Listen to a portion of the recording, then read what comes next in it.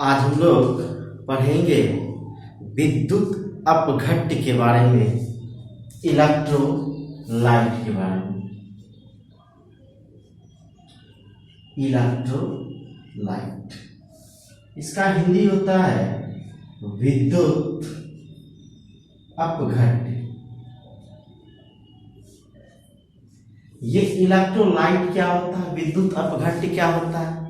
नहीं, तो हम लोग पढ़े थे इसके पहले गैल्वेनिक से कि जिसमें केमिकल रिएक्शन के बाद एनर्जी निकलता था, और हम लोग यहाँ इलेक्ट्रोलाइट पढ़ेंगे। अब इसमें बाहर से एनर्जी डाला जाता है ताकि केमिकल रिएक्शन हो सके। देखिए, इसमें हम एक बर्तन बनाते हैं और इसमें क्या होता है, एक ही बर्तन में हम लोग धातु का 2 इलेक्ट्रोड लेते हैं। यह इलेक्ट्रोड है जो कैथोड और एनोड होता है। यह धातु का बना होता है, ग्रेफाइट का बना होता है, प्लेटिनम का बना होता है। ठीक है, यह इलेक्ट्रोड है। इधर पॉजिटिव है और इधर निगेटिव है, और यह एनोड है और यह कैथोड है। ठीक है, अब यह तो मेटल का इलेक्ट्रोड हो गया, या किसी भी ग्रेफाइट का इलेक्ट्रोड हो गया, या कार्बन का क्षण हो गया। यह इलेक्ट्रोड है जो क्या करता है, जिससे होकर विद्युत धारा प्रवाहित हो सकती है, करंट जा सकती है। अब इसके अंदर कोई सॉल्यूशन भरा होता है।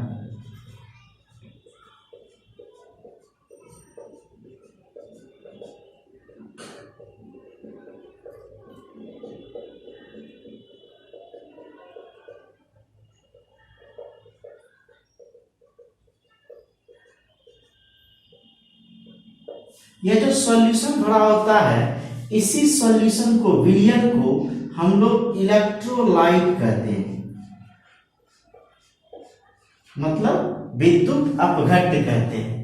मतलब क्या इसका, कि वह द्रव्य पदार्थ या जलीय पदार्थ जिसका विद्युत अपघटन होना होता है, मतलब टूट जाना होता है। यह जो सॉल्यूशन अगर होगा, मान लिया जाए हम इसके अंदर NaCl का जलीय विलयन लिए, ठीक है, तो अगर हम इसमें करंट डालेंगे तो यह विलयन टूटेगा, और टूटेगा तो यह Na+ में टूटेगा और Cl- में टूटेगा। ठीक है, तो Na+ में टूट रहा है और Cl- में टूट रहा है, और यह टूटने के बाद इस इलेक्ट्रोड पर जमा होगा। इलेक्ट्रोड पर जमा होगा तो कैसे होगा कि यह Cl- निगेटिव है, तो यह जमा हो जाएगा किस पर, पॉजिटिव वाले पर, और यह Na+ पॉजिटिव है तो यह जमा हो जाएगा निगेटिव पर। आप पढ़े हैं कि समान आवेश के बीच विकर्षण होता है और विपरीत आवेश के बीच आकर्षण होता है। तो यहाँ Na+ है और यह Cl- है।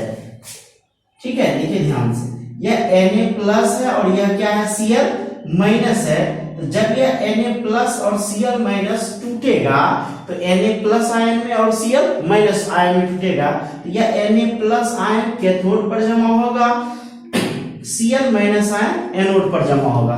यह जलीय विलयन है। ठीक है, इसके अंदर जो डाला गया विलयन है वह जलीय विलयन है, और वही जलीय विलयन जो टूट जाता है वही इलेक्ट्रोलाइट कहलाता है। ठीक है, तो इलेक्ट्रोलाइट का क्या परिभाषा हम लोग दे सकते हैं, वैसा द्रव्य पदार्थ जिसका विद्युत अपघटन होना होता है, क्या कहलाएगा, विद्युत अपघट्य कहलाता है। विद्युत अपघट्य कहलाता है। बहुत सिंपल है कि वैसा द्रव्य पदार्थ जिसका विद्युत अपघटन होता है। विद्युत अपघटन कब होगा, जब बाहर से हम लोग करंट डालेंगे। तो जब बाहर से हम करंट डालेंगे यह टूटेगा, विद्युत अपघटन हो जाना होता है, यह कहलाता है कि इसका विद्युत अपघटन हो गया, यही क्या कहलाता है, विद्युत अपघट। मतलब जिस पदार्थ का विद्युत अपघटन होना होता है या जो पदार्थ को टूट जाना होता है, ठीक है, वही पदार्थ विद्युत अपघट्य कहलाता है। क्लियर? विद्युत अपघट्य दो तरह का होता है।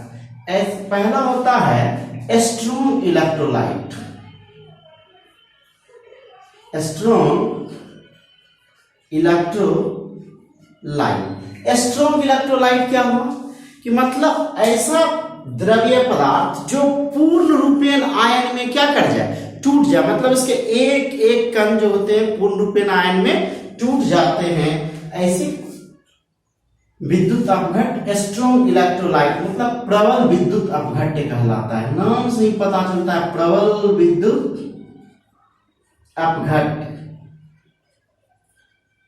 तो प्रबल विद्युत अपघट्य में क्या हो गया कि विद्युत डालने के बाद जो अपघटन होगा मतलब टूटेगा, वह पूर्ण रूपेण टूट जाएगा, एक एक अवयव जो है इसका क्या हो जाएगा, सेपरेट हो जाएगा। यह पूरा का पूरा इस पर जमा हो जाएगा, पूरा का पूरा शेयर इस पर जमा हो जाएगा, मतलब पूर्ण रूपेण टूट जाना इसका जो है ये क्या कहलाता है, प्रबल विद्युत अपघट्य कहलाता है। ठीक है, इसका एग्जांपल हम लोग दे सकते हैं NaCl। ठीक है, ये स्ट्रॉन्ग इलेक्ट्रोलाइट हुआ। दूसरा होता है वीक इलेक्ट्रोलाइट।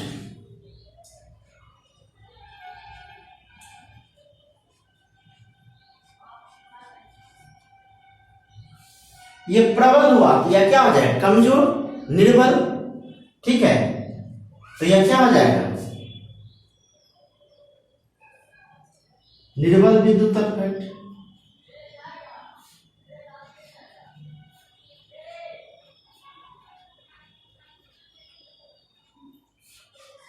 नाम से ही पता चलता है कि यह पूर्ण रूपेण आयन में टूटेगा नहीं, मतलब यह पूर्ण रूपेण डिसोसिएट नहीं होगा, इसके एक एक कण पूर्ण रूपेण अलग नहीं होंगे, तब यह कहलाएगा वीक इलेक्ट्रोलाइट। दुर्बल विद्युत अपघट्य भी बोल सकते हैं, निर्बल नहीं बोल करके दुर्बल भी बोल सकते हैं,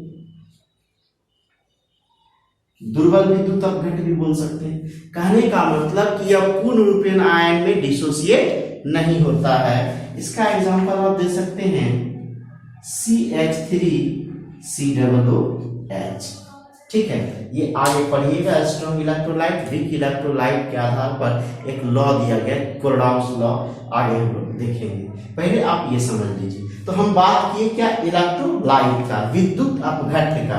तो विद्युत अपघट्य किसको कहेंगे, किसी बर्तन में जो यह द्रव्य पदार्थ भरा हुआ है जिसको टूट जाना होता है, वही द्रव्य पदार्थ जिसका विद्युत टूट जाना मतलब विद्युत अपघटन हो जाना, ठीक है, वही क्या कहलाता है, विद्युत अपघट्य कहलाता है। अब एक शब्द आया विद्युत अपघटन, क्या है, तो हम लोग देखें विद्युत अपघटन, इलेक्ट्रोलाइसिस, इलेक्ट्रोलाइसिस विद्युत अपघटन। ठीक है, तो देखिए कहता है वैसा द्रव्य पदार्थ जिसका विद्युत अपघटन होना होता है वही विद्युत अपघट्य कहलाता है। मतलब इस द्रव्य पदार्थ का विद्युत अपघटन होगा नहीं, तो अपघटन किसके माध्यम से होगा, धारा के, विद्युत धारा के माध्यम से नहीं, तो कहता है कि विद्युत धारा के प्रवाह से,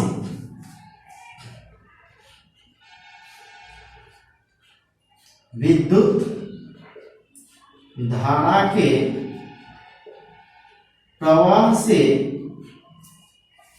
ठीक है, जिस द्रव्य पदार्थ का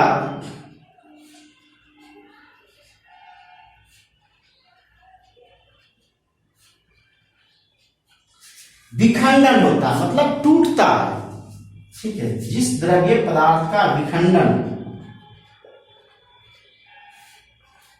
होता है, ये ड्रॉ लिखे, जिस द्रव्य पदार्थ का विखंडन होता है, ठीक है, विद्युत धारा के प्रवाह से जिस द्रव्य पदार्थ का विखंडन होता है, या विद्युत धारा के प्रवाह से द्रव्य पदार्थ का विखंडन, लिख लीजिए, विद्युत धारा के प्रवाह से द्रव्य पदार्थ का विखंडन होना क्या कहलाएगा? विद्युत अपघटन कहलाएगा। विद्युत अपघटन कहलाता है। क्या बोलेंगे कि विद्युत धारा के प्रवाह से द्रव्य पदार्थ का विखंडन होना विद्युत अपघटन कहलाता है। बड़ा सिंपल है कि विद्युत धारा के प्रवाह से करंट डाले, इसके प्रवाह से द्रव्य पदार्थ जब टूट जाता है तो विखंडन होना विद्युत अपघटन कहलाता है। विखंडन होना ही क्या कहलाता? टूट के अलग हो जाना ही विद्युत अपघटन कहलाता है। कोई दिक्कत? विद्युत अपघट्य समझ गए कि जिस पदार्थ का विखंडन होना होता है वह पदार्थ विद्युत अपघट्य कहलाता है। और विद्युत धारा के प्रवाह से पदार्थ जब विखंडित होता है यह प्रक्रिया क्या कहलाता है? विद्युत अपघटन कहलाता है। कोई दिक्कत इसमें? ठीक है, तो यह विद्युत अपघटन था। और इलेक्ट्रोड हम लोग बताए कि यह मेटल का भी हो सकता है या फिर ग्रेफाइट का भी हो सकता है। यह आपका इलेक्ट्रोड हो गया। अब एक चीज आता है इलेक्ट्रोलाइटिक सेल। इलेक्ट्रोलाइटिक सेल, इसका हिंदी क्या हुआ? विद्युत अपघटनी। विद्युत अपघटनी सेल। ठीक है, नाम से ही पता चलता इलेक्ट्रोलाइटिक सेल। सेल के बारे में हम लोग बताए थे कि सेल का मतलब क्या हो गया? बर्तन।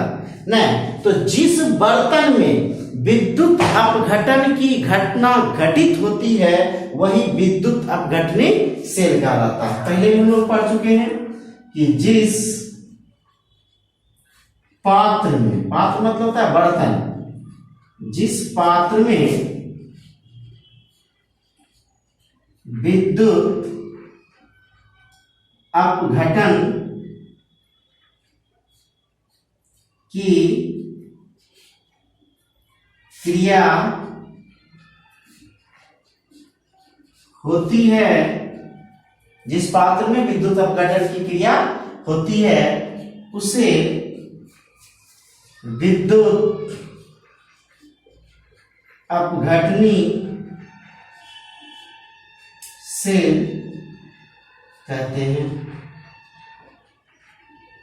समझ में आया कि जो बर्तन में, जिस बर्तन में केमिकल रिएक्शन की घटना होगी, ठीक है, या विद्युत अपघटन की घटना होगी, वही क्या कहलाएगा? इलेक्ट्रोलाइटिक सेल कहलाएगा। हम लोग तीन बात देखे। इलेक्ट्रोलाइट क्या? विद्युत अपघटन, कि वैसा द्रव्य पदार्थ जिसका विद्युत अपघटन होना होता है विद्युत अपघट्य कहलाता है। यह दो प्रकार का होता है, एक होता है स्ट्रॉन्ग इलेक्ट्रोलाइट, एक होता है वीक इलेक्ट्रोलाइट। स्ट्रॉन्ग इलेक्ट्रोलाइट मतलब पूर्ण रूपेण डिसोसिएट हो जाता है, एक एक कण जो है पूर्ण रूपेण आयोनाइज हो जाएगा, तब यह स्ट्रॉन्ग इलेक्ट्रोलाइट कहलाएगा। और जब पूर्ण रूपेण आयोनाइज नहीं होगा तब यह वीक इलेक्ट्रोलाइट कहलाता है। अब आता है इलेक्ट्रोलाइसिस। विद्युत अपघटन क्या है? तो कहता है कि विद्युत धारा के प्रवाह से बाहर से करंट डाले और उससे द्रव्य पदार्थ का पूर्ण रूपेण विखंडन हो जाना ही क्या कहलाता है? विद्युत अपघटन कहलाता है। अपघटन मतलब अपघटित हो जाना, टूट जाना, विखंडित हो जाना। फिर है इलेक्ट्रोलाइटिक सेल। इलेक्ट्रोलाइटिक सेल में क्या बोले? जिस पात्र में विद्युत अपघटन की क्रिया होती है विद्युत अपघटनी सेल कहलाता है। मतलब हम लोग इसके पहले भी पढ़े थे गैल्वेनिक सेल में।